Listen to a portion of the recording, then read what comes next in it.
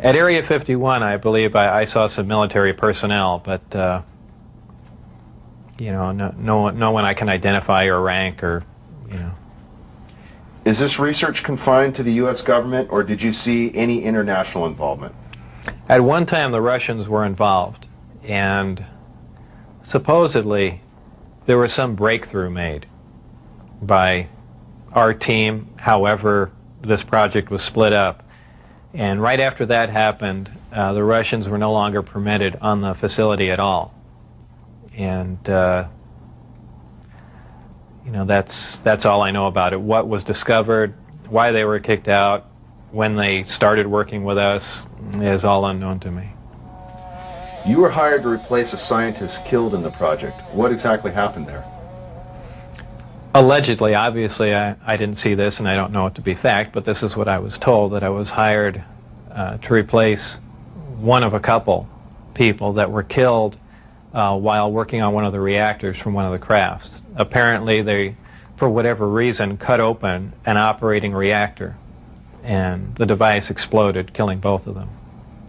The scientists that were killed there, allegedly the detonation from the explosion was fairly large. It would have rivaled a small tactical nuke. So it was done at the Nevada test site, and it was to be passed off as an unannounced nuclear test. Did you have any direct contact or communication with aliens? No, not at all. Tell us about the briefing files. Under what conditions did you gain access to them?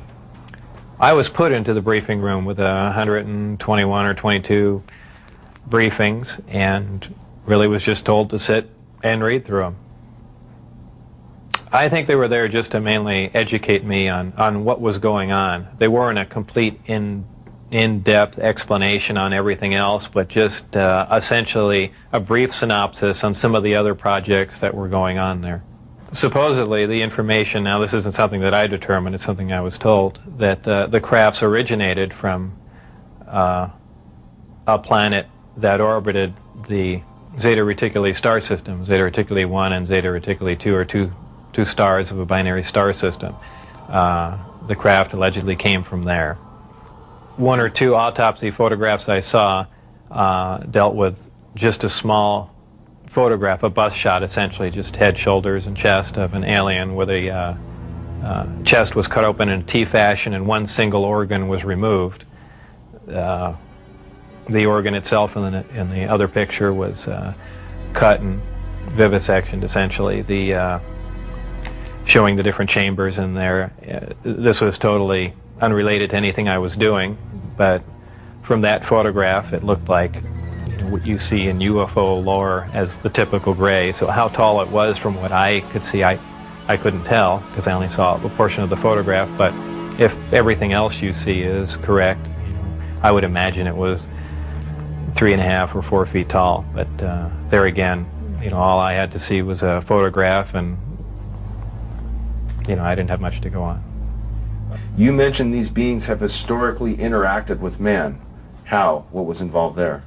Allegedly, this interaction has occurred since, you know, man was a simian creature, and you know, there were genetic alterations made. How specifically did the briefings detail how the aliens manipulated our genetics over the centuries?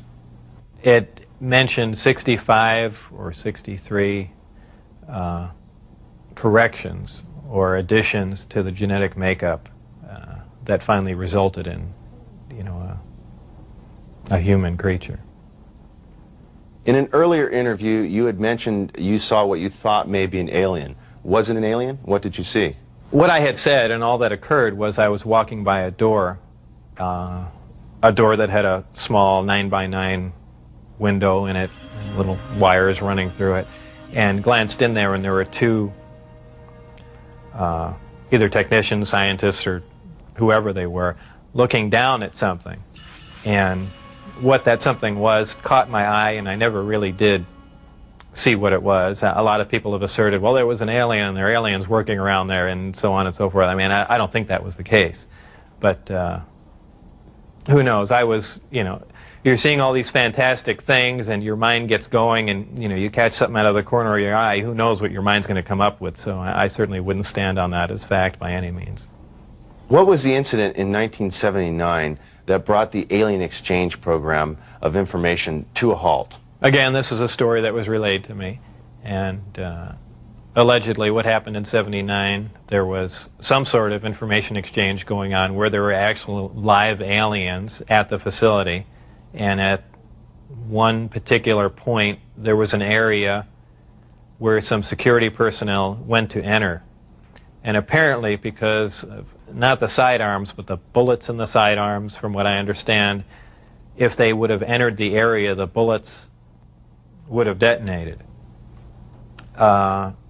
And supposedly one of the creatures tried to stop the security personnel from entering the area, and a fight ensued. And the bottom line from the altercation was that the security personnel, I don't remember how many were involved, but were all killed, and they died of head wounds, and that's all that I heard of that story. What was your job description at S4? My official job description was a senior staff physicist. I don't know if I actually had that position when I was there, because I was there so infrequently. I wasn't supervising anyone, so that was the official position I was hired under. But whether or not I actually acted in that capacity, I don't know. What was the size of the staff working on Project Galileo? Well, there were 22 people employed there totally. And that was specifically for the Galileo project? No, for the entire project. Oh, I see. There were 22 people with Majestic clearance.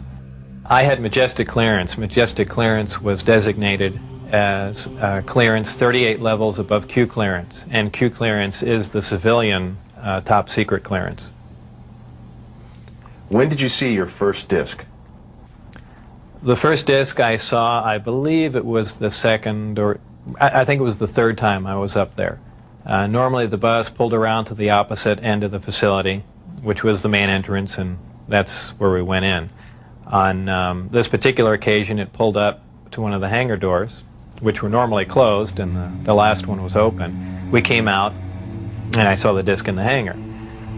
Upon seeing it, it struck me that, well, this explains all the UFO sightings, not thinking that it was an extraterrestrial craft, that this must have been some advanced form of fighter that we've been working on for years, and people have just caught it being tested, so on and so forth. And it never even occurred to me, even though I was looking at an extraterrestrial vehicle, that this wasn't man-made. When did you realize the craft was not of earthly origin? Well,